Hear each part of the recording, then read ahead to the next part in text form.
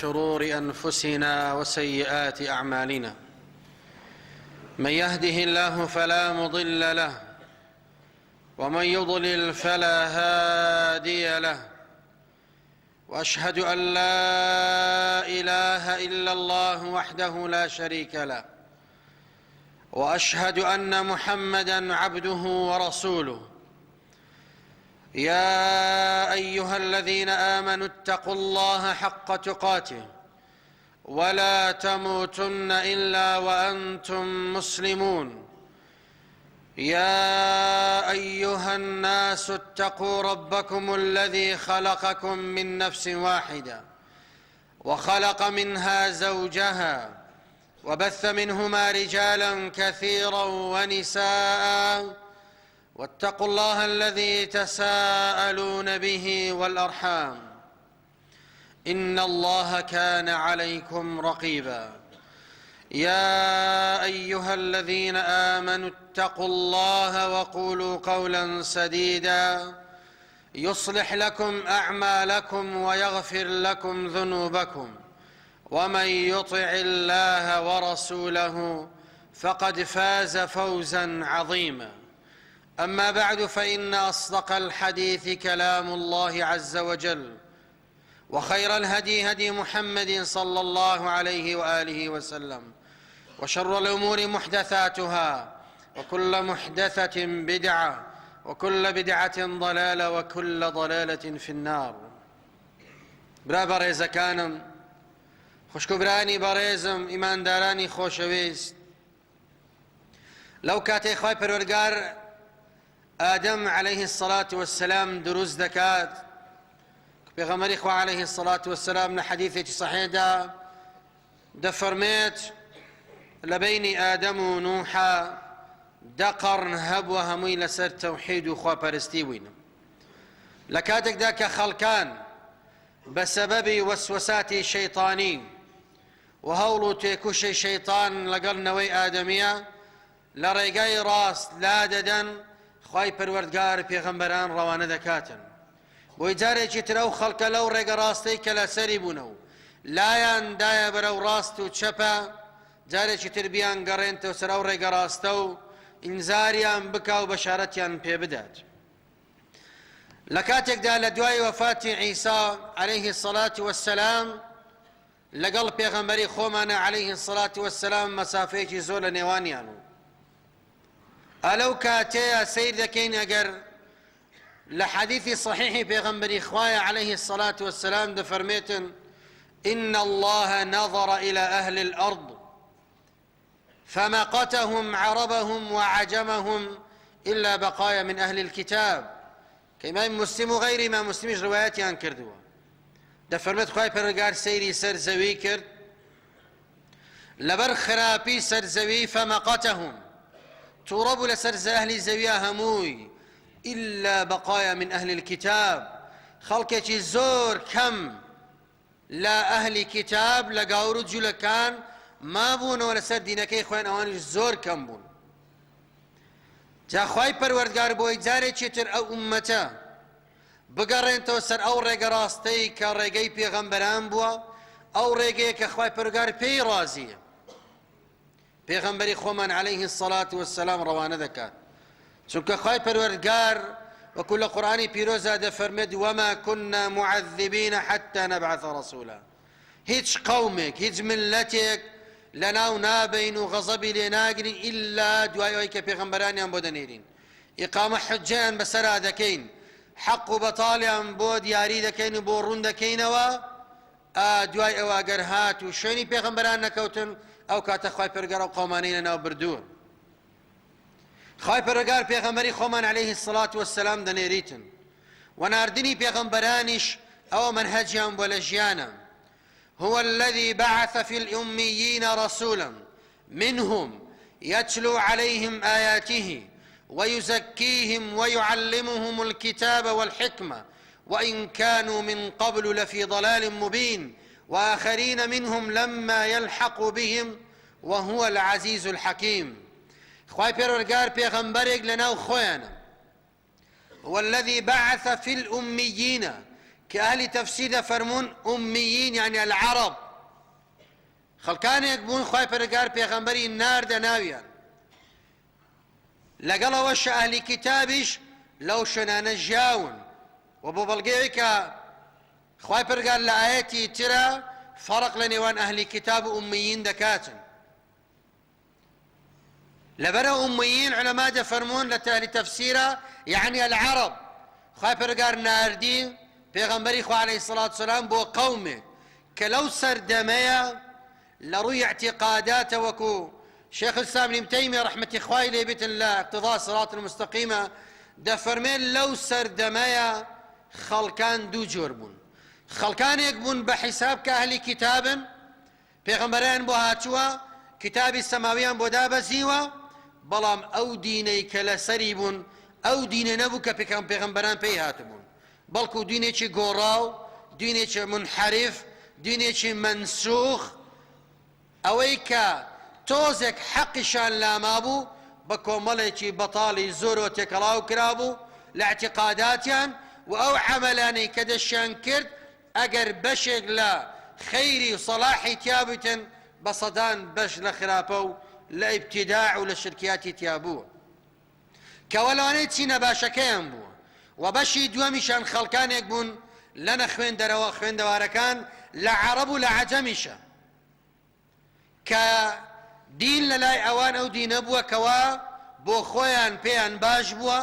بيان تشاق بوا كرديانا باعتقاد وبيرو باوري خويان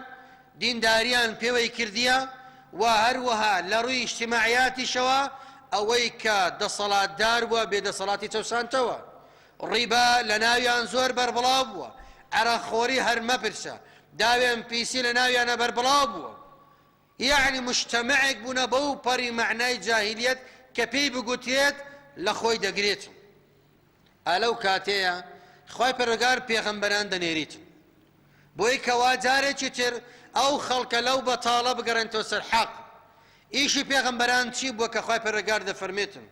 هو الذي بعث في الأميين رسولا منهم لنا خوايانا خواي برقار بيغمبري چهال بجار حسب نسبي دناسن سيرا ورابردي همي دزانن چون او چون نيا لناويان چون بوا وچون مدحيان كردوا وبريز بوا لناويانا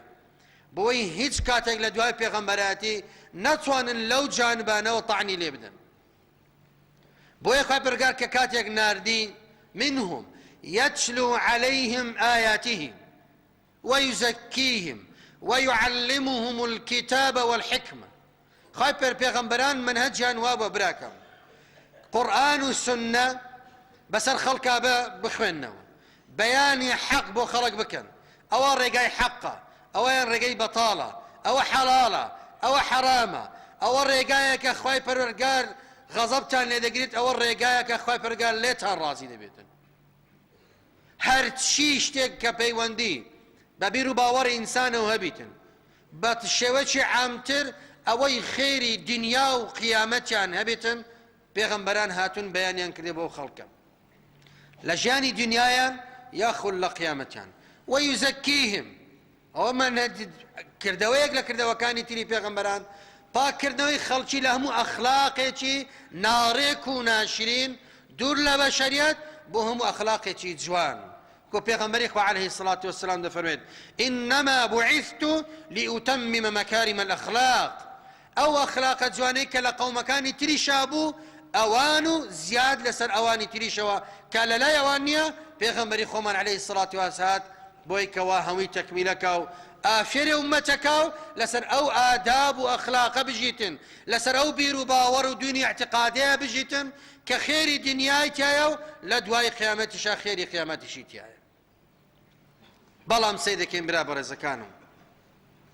خلقانيك بدواي غير او مجهجا درون كبيغمبران بياتون بتاي بلا قاورو جولكيه ولا هروها لا فرس روما كقوم خلقانيك متأثر بن بعادات وتقاليديان بأخلاق وخروشتيان بدينداريان وببير باوريان اوانش اسبابيان زورن برام اگر بيو بسري ابروينو لواني بتشندين خطبش تواو نبيتن بلام ليرة دائما كهمو روش دوباري دكينا ولا نيجا كان مان داوا دەکەین لە خوای پەروەردگار اهدنا الصراط المستقيم خوای جان هیدایەتمان دەی بۆ سەر ئەو ڕێگەیە ئەو ڕێگەیە کە خوای پەروەردگار لێی ڕازی بوو وەکو خوای پەروەردگار دەفەرمێتن ئەو ڕێگەیە و خەڵکانەی لەسەرن ومن يطع الله والرسول فأولئك مع الذين أنعم الله عليهم من النبيين والصديقين والشهداء والصالحين وحسن أولئك رفيقا چاکترین ڕەفیق و هاوڕێ و دۆست و خۆشەویست ئەوانن پێغەمبەران عليهم الصلاة والسلام صديقين شهداء و صالحين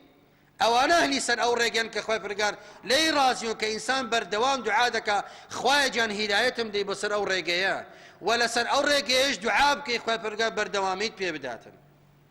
بەڵام لەوەشەوە خوای پەروەردگار دەفەرمێت غەیری المەغضوب بەردەوام داوا دەکەین ئێمە بەڵام کە مع الأسف نازانین معنای چیە ئەو شتانە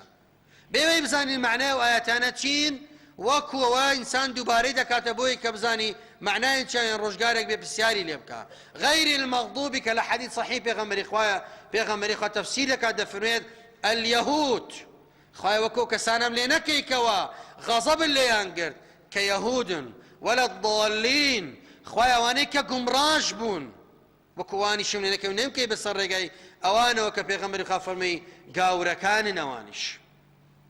لەبەرەوە برا بەڕێزەکانم ئینسانی موسڵمان دەبێت زۆر وریای خۆی بی کەوا تەئسیری ئەوان لەسەر ئینسانی موسڵمانە نەبێت چونکە ئەو سیڕاتە مستەقیمەی کە باسمان کرد کە ڕێگای پێغەمبەران و صدیقین و شوهەدا و صالحینن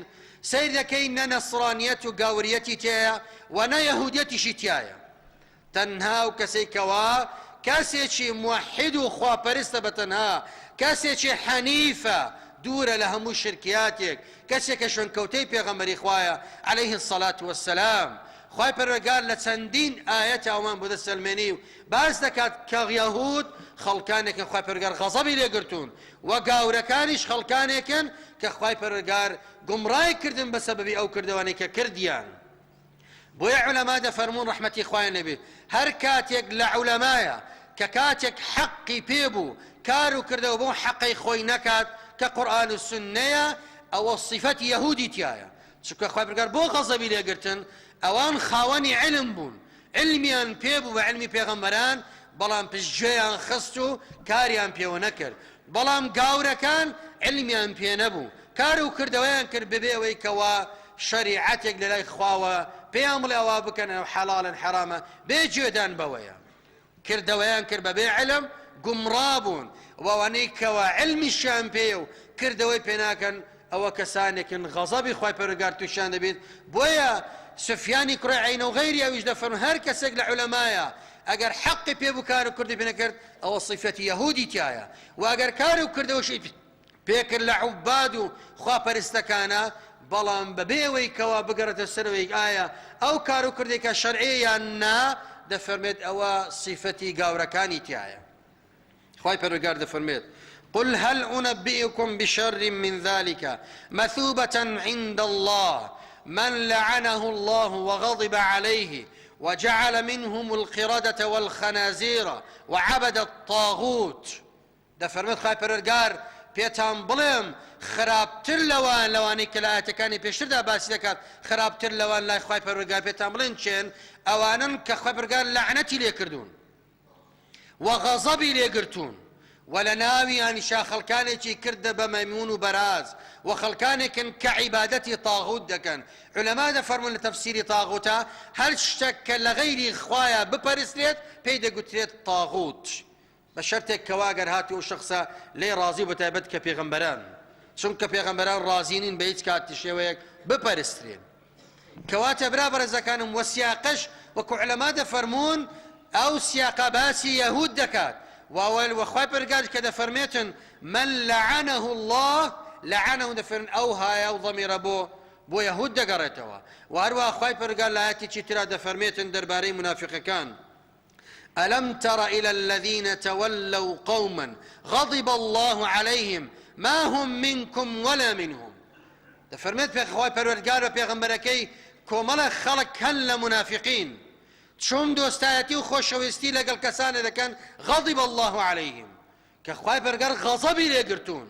کە یەهودن دەفەرمێت خوای پەروەردگار ئەو منافقانەی محەممەد کە نە لەگەڵ ئێوەن و نە لەگەڵ ئەوانیشن بەڵام دایمەن لەگەڵ مەسلحەتی خۆیانن. إذن آيات بمان دسمني كيهود قومانكن خواي پرگار غضبي ليگرتون وهروها قاوركانيش قومانكن كخواي پرورگار لغاية سندين آيات هذا فرميت قمرابون أو حقيك عيسى عليه الصلاة والسلام لسربوا بيهات لا ياندا لسرويا عيسى عليه الصلاة والسلام ليه كم لحظة كالقل داي شاده هنتو داي لدايك بونيا ضلت إني عبد الله عبدي خواي پروردگارم وببني إسرائيل ده فرميت عيسى عليه الصلاة والسلام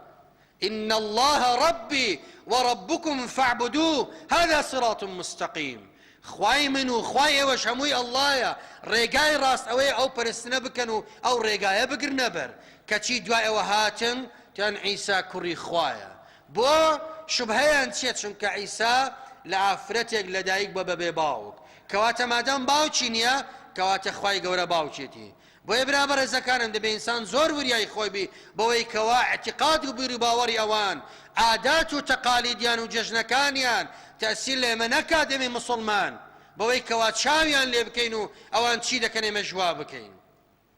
چونکە جەژنی ئەوان کە کاتێک جەژنی و یادی دەکەنەوە یادی ئەوەیە کەوا خوای پەروەردگار کوڕی بووە ئایا کاممان ڕازین بەوە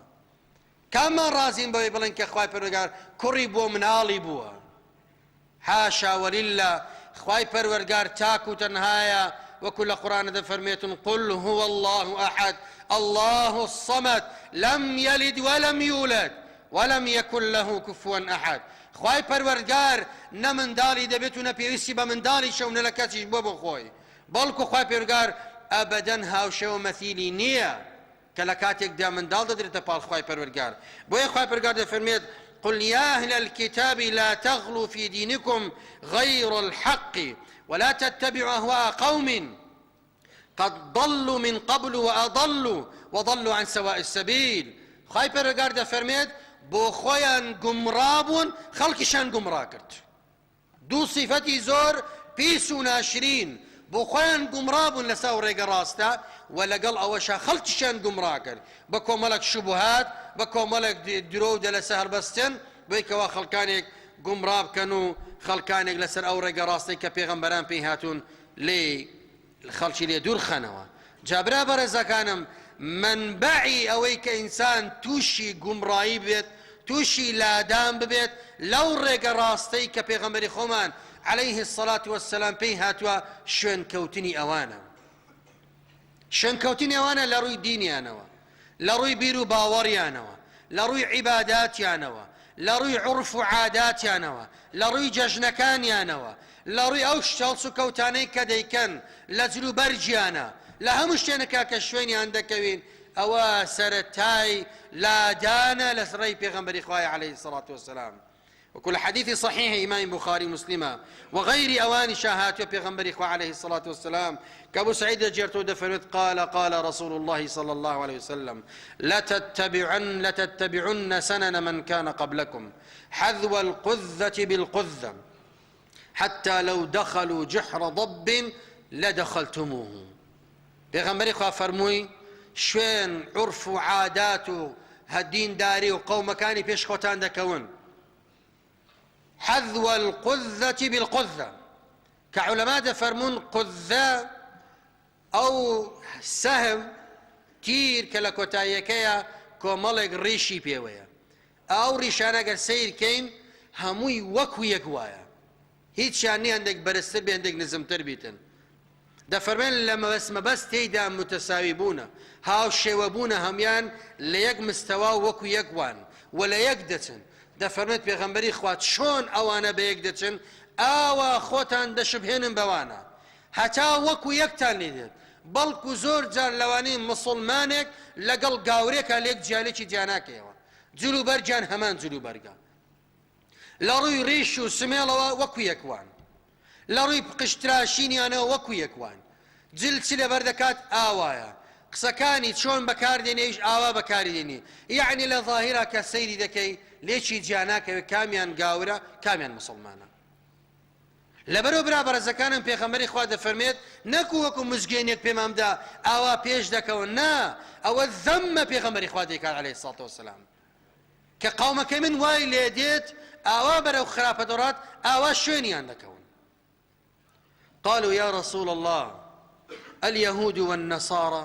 ئەی پێغەمبەری خوا کە کاتێک شوێنیان دەکەوین و ئەو قەومانەی پێشەمە بەستت گاور و جوولەکەکانە قال فمن لەوان زیاتر چێکە هەیە کە شوێنیان بکەون. ولا حەدیثی ترا کە ئیمامی بوخاری ڕوایەت کردیان دەفەرمێتن پێغەمبەری خوا بۆ جێ هەورەیرە دەجێتەوە دەفەرمێت قال لا تقوم الساعة حتى تأخذ أمتي بأخذ القرون قبلها تا قيامت دانايت تاوكو خلقانك لأمتكي منا خەڵکانێک لە ئومەتێکەی منە دەست دەگرن بەوەی کەوا قەومەکانی پێشتر لەسەر بوون. ئەوانەی پێشەوە لەسەر چی بوون لە هەموو لایەکەوە لە هەموو ڕوویەکەوە دەفەرمێت شوێنیان دەکەون. شبرا بشبر وذراعا بذراع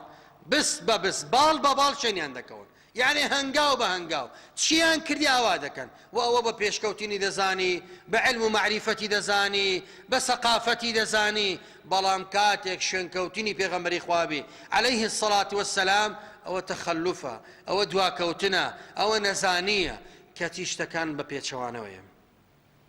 ئەو پەڕی سەقافەت ئەو پەڕی علم ئەو پەڕی خێری دنیا و قیامەت لە شوێنکەوتنی پێغەمبەری خوای عەلەیهی السەڵات وەسسەلام ئەو پەڕی سەخافەت ئەو پەڕی بێعلمی و جەهالەت ئەو پەڕی بەد ئەخلاقی لەوەیە کە دەست هەڵگرن لە سنەتی پێغەمبەری خوا عەلەیهی السەڵات وەسسەلام شوێن قەومەکانی پێش خۆمان بکەوین. هەموو خێرێک خێری دنیا و خێری قیامەتیشمان لەوەدایە کە شوێنی پێغەمبەری خوا بکەوین عەلەیهی السەڵات وەسسەلام. ئەوەی کە پێمان دەڵێت بیکەین بیکەین ئەوەی کە پێمان دەڵێت مەیکەین نەیکەین و خۆمانی لێ بە دوور بگرین. لە وەڵامە پرسیاریان کردن فقیل یا رسول الله كفارس والروم ئەی پێغەمبەری خوا کە کاتێک شوێنیان دەکەون مەبەستی تێدا فارسەکان و ڕوومەکانە؟ قال پێغەمبەری خوا صلی الله علیه و سلم فەرمووی ومن الناس إلا أولئك لەوان زیاتر چێکە هەیە. ئیدەن کەواتە برا بەڕێزەکانم دەبێ ئێمە وریای خۆمان بینێمە خاوەنی دین و اعتقادێکین خاوەنی حەزارەتێکین دەست بەوەی خۆمانەوە بگرین و سەرکەوتنمان لەوەیە خێری دنیامان لەوەیە خێری قیامەتمان لەوەیە برا بەڕێزەکانم کە دەست بگرین بەو دینەی خۆمانەوە. واللهی بەرەکاتی ئاسمانمان بەرەکاتی زەویمان پاراستنی ئەمن و ئاسایش لە وڵاتمانە هەمووی دەگەڕێتەوە بۆی کەوا أشهد أن لا إله إلا الله وأشهد أن محمد رسول الله تطبيق كري لقورتين من وتابسكترين من خواي پروردگار وعدي دايا فليعبدوا رب هذا البيت الذي أطعمهم من جوع وآمنهم من خوف. أي محمد وقومك شر دايا خويا صلى الله عليه وسلم شويني عبادتي خواي أو بيتبكن كالله سبحانه وتعالى خواي پروردگار دەفەرمێن لە کاتی برسێتیە فریاتان دەکەین و تێرتان دەکەین و لە کاتی ترسە ئێمە ئەمانەتتان بۆ دێنین. ئەمانەتێکیش خواي پەروەردگار بیهێنی هیچ قووەتێک نییە نە لە ئاسمان و نە لەسەر زەویشە بتوانێ ئەمانەتە ڕەتکاتەوە و تێرێتیەک خواي پەروەردگار بیهێنێتن نە لە ئاسمان و نە لە زەوی کەسێک ناتوانێ بەرەنگاری بگرێتەوە. لەبەرەوە برا بەڕێزەکانم خۆشحاڵیمان لە دینیاش و لە قیامەتیشە بەوەیەکەوە شوێنی پێغەمبەری خوا بکەوین. أقول قولي هذا وأستغفر الله لي ولكم.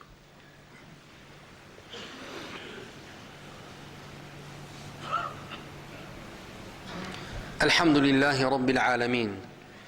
والعاقبة للمتقين والندامة للظالمين ولا حول ولا قوة إلا بالله العلي العظيم. برا بەڕێزەکانم کە کاتێک باسی گاور و جیلەکان دەکەین و دەڵێن ئاوان و خەڵکانێکن شوێنیان دەکەون بەڵام ئەو ئومەتە هیچ کاتێک لە خێر خاڵی نییە. بەڵکو پێغەمبەری خوا عەلەیهی السەڵات وەسسەلام دەفەرمێتن لا تزال طائفة من أمتي ظائرين حال الحق لا تزال ببردوامي وببێ پچڕانەوە هەر لەسەر دەمی پێغەمبەری خوا عەلەیهی السەڵات وەسسەلام بیگرە تا ئەو کاتێکەوە خواي پەروەردگار ئەو باە هەڵدەکات و مسلمانان لەسەر زەوی نامێنن و بەدوای ئەوە خیاخوای گەورە قیامەت هەڵدەکات بەسەر خێراترین خەڵکی سەر زەویە بەردەوام و بەبێ پچڕانەوە. خەڵکانێک هەن لەناو ئەو ئومەتەیە خوا پێغەمبەری خوا دەفەرمێت ظاهرین على الحق سەرکەوتون بەسەر دوژمنەکانیانە چ بە حجە و لیسان بیت چ بە سەیف و سینان بیت سەرکەوتون بەسەر دوژمنەکانیانە لەبەرەوە برا بەڕێزەکانم وا نەزانین کە ئومەت خاڵیە لە چییە لە ئەهلی خەیر و ئەهلی حەق و لە عولەما ڕەحمەتی خوایان لێ بێتن لا يضرهم من خذلهم وەگەر کەسانێکیش سەریان نەخەن یارمەتیان نەدەن زەرەر بەوان ناگێنن لەبەر قووەی حجەیان لەبەر ثەباتیان لەسەر حەقا هیچ تەئسیرێک لەوان ناکاتن پێغەمبەری خوا دەفەرمێت عەلەیهی سەڵات وسەلام حەتى يأتي أمر الله وهم كذلك هەتاوەکو قیامەت دادێت ئەوان بەردەوام لەسەر ئەوەنا عولەما دەفەرمون قیامەت بەسەر ئەوانە نایەت لەبەرەوەی پێغەمبەری خوا لە حەدیث صحیحترا دەفەرمێت بەر لە قیامەت خوای پەروەردگار شەماڵێک هەڵدەکات ئەوەی زەڕەیەک ئیمان لە قەڵبیا بێتن بەسەبەبی ئەو بایەوە ڕوحی دەچێژرێت و موسڵمان لەسەر زەویان نامینێت کە قیامەت هەڵدەسێت بەسەر خراپترینی خەڵکە قیامەت هەڵدەسێت کەواتە بەردەوام و ئیمامی بوخاری ڕەحمەتی خوای لێ بێت دەفەرمێت ئەو طائیفەیە چێن کە پێغەمبەری خوا باسی دەکەن دەفەرمێن ئەهل العلم وهروها إمام أحمد دفرميت إن لم يكونوا أهل حديث فلا أدري من هم أجر أهل حديث نبن نازانم أوانا شين لغير أهل حديث إمام قاضي عياض دفرميت إمام أحمد رحمة إخواني بكاتك دفرميت أهل حديث يعني أهل سنة وجماعة وأواني بيرباوري أنكو بيرباوري أهل حديثة دفرميت أوانا لك في غمر إخوة عليه الصلاة والسلام باسي عندكات لبيرو باور واعتقاديانا لعباداتيانا لأخلاقيانا دستيان قلت يا أبوي كوا في غمر إخوة عليه الصلاة والسلام مسريتي تا أو كاتي دنيا جيدة لأنه دقرين الله إخوة پروردگار لبرو برا برزكانم إنساني مسلمان ورياي خوي بيو هول دا لقال أو طائفة بي كبي غمر إخوة باسي دكات ودزقرتن بدينك إخوة پروردگار وكو خوي لقال أو طائفة دبي چونکە تایفەی کە پێغەمبەری خوا پێی دەفەرمێت دەکات ئەوانن کە دەستیان بە دینەکەی خوای گەورە گرتووە و ئەوەندەی بۆیان دەکرێت هەر لە هەشتی سوچێکی ئەو سەرزەویە کە دەست بە دینەکەی خوای پەروەردگارەوە گرت ئەو تایفەیە دەبی کە لە حەدیثەکە پێغەمبەری خوا عەلەیهی سەڵات وەسەلام باسی دەکات با ناود نەبی با ڕەنگت نەبی با شوێن و مەکانت نەبی ئەو کەسەی کە پێغەمبەری خوا عەلەیهی سەڵات وەسەلام باسی لێوە دەکاتن لەبەرەوە برا بەڕێزەکانم دەبێت ئینسانی مسلمان زۆر وریای خۆی بیتن بە تایبەت برا بەڕێزەکانم کە لەو چەند ڕۆژەی دادێتن بە ناوی سەری ساڵەوە کە جێژن دەکرێت و بەناوە کە هیچ ڕەبتێکی بە ئوممەی ئیسلامیەوە نییە ئێمە وەکو مسلمان کە کاتێک بڵین مسلمانین هیچ پەیوەندیەکی بە ئێمەوە نییە کام لە ئێمە بینیومانە لە کاتی جەژنی قوربان و جەژنی ڕەمەزان گاور و جوولەکە بێتە سەر جادەکان و حەفلە بجێڕن و کە کاتێک پرسیارێکی بڵێ چێ بەرە لەبەرەوەی مسلمان جەژنی مسلمانە بۆ ئێمەش وا دەکەم کام لە چێ بینیوتانە برا بەڕێزەکانم بۆچی ئێمە ئاوا شەرممان بە دینەکەی خۆمان بێت کە لە کاتێکە ئەو پەڕی عیزەت لە دینەکەی ئێمەیە ئەو پەڕی زەلیلیەت و سەرشۆڕی لە دینی ئەوانایە ئەوان لایەزالیش ئەوەیان بۆ یەکلا نەبووتو کە کاتێک دەڵێن خوا یەکە و سێیە تا ئێستاش نەیانتوانێت قەنەعەت بە ئومەتەکەی خۆی بینی چۆن یەکە و چۆن سێیە دە لە کاتێکدا کە تو کاکە لەو ڕۆژانەیە جەژنە پیرۆزی لێ دەکەی دەزانی یعنی چ جەژنە پیرۆزی دەکەی یعنی پیرۆزبایی لێ دەکەم لەوەی کەوا ئەڵڵا کوڕێکی بۆ ناوی عیسایە کام تا ڕازین بەوە جەژنە پیرۆزەکەی یعنی ئەوە برام ئەو بابە نوێڵەی کە دەینە سەر جادەکان و جلوبەرگێکی خاصی وەبەردەکەن و بەناو خەڵکە شت تەوزێ دەکات دەزانین یعنی چیەوە ئەوە یعنی کوڕی خوایە هاتۆ خوارەوە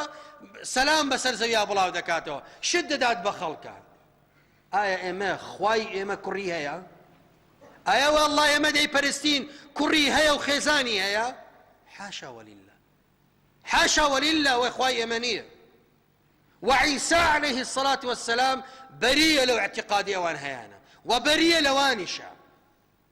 لبرو برابر إذا كانم دبيت إنساني مسلمان عزتي بدينكي خويا وهوي سربرزي بدينكي خويا كلاكاتك دا هتاوك إيساش تحداي همو عالم دكات أو إسلامك بتوانن لبتشوك تريش تيا رخني لي بقرن كلاكاتك أوان لأساسي دينكان إمار خرمان ليان هيا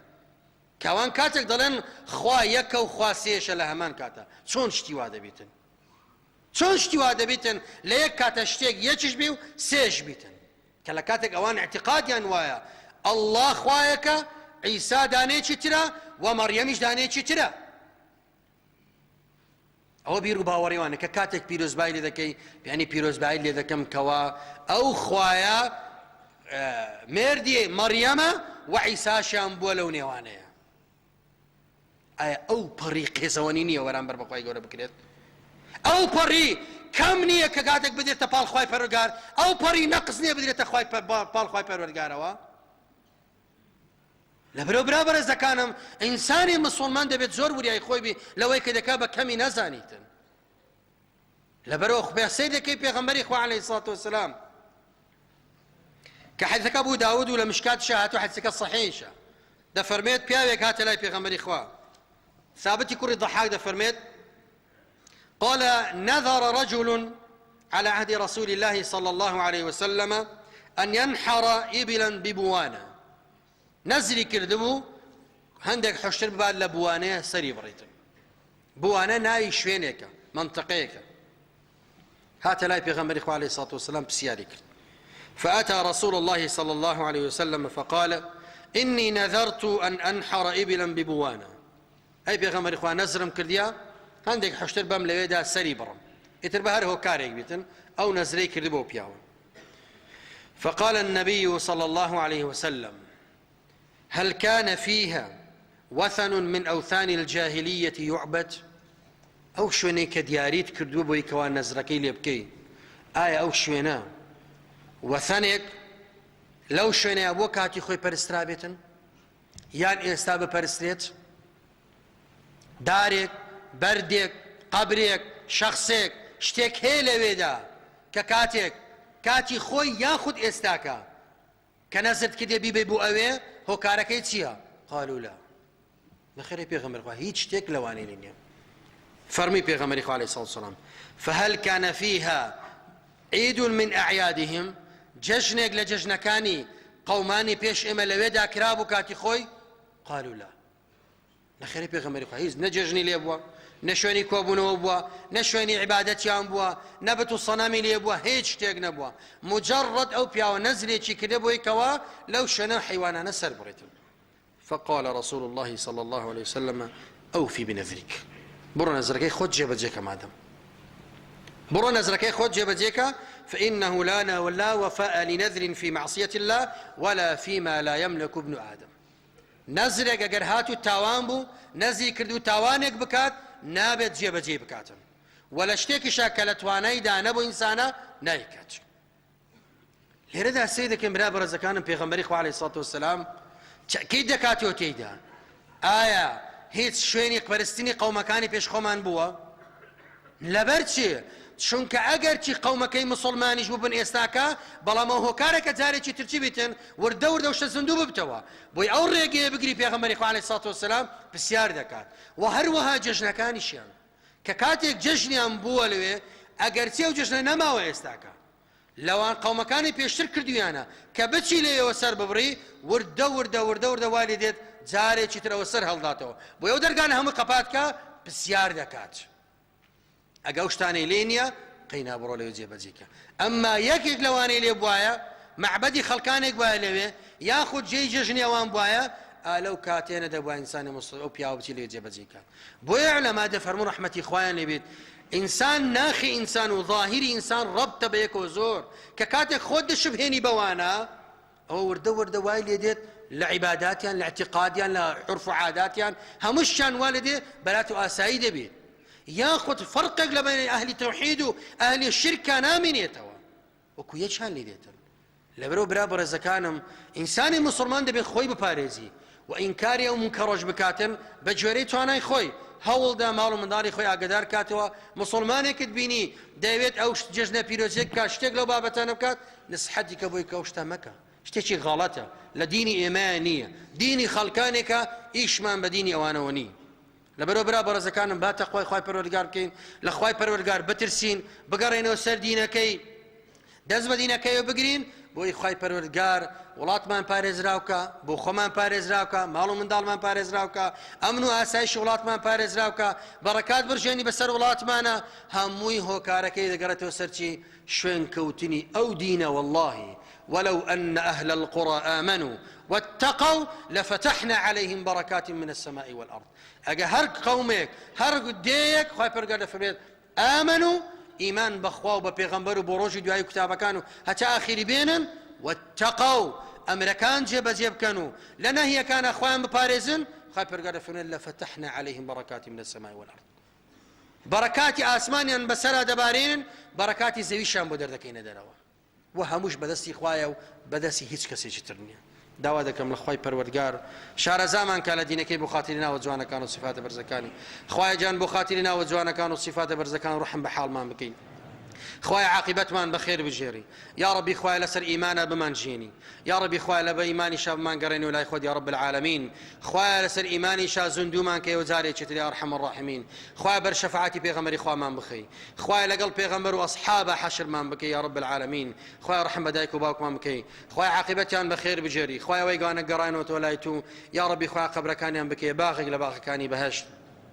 يا ربي خوايا ولاتمان باريزراو كي لقى ولاتي مسلمان هموي خوايا جان بخاتينا وبيروزكان وصفات برزكان خوايا خواني مسلمان وناموسي مسلمان ومالي مسلمان باريزراو كي يا ارحم الراحمين يا ربي خوايا بركاتي اسمان من بسرا بباريني خوايا بركاتي زيمان بودركي دروا يا ربي خوايا هدايتي گنجكان من بدي خوايا عاقبتي بيركان من بخير بجيري خوايا شفاينا خوشكان من بدي قرزي قرزاران بدي ويا ارحم الراحمين خوايا ومشكلتي ابوي حلك يا رب العالمين سبحان ربك رب العزة عما يصفون والسلام على المرسلين والحمد لله رب العالمين. أقم الصلاة.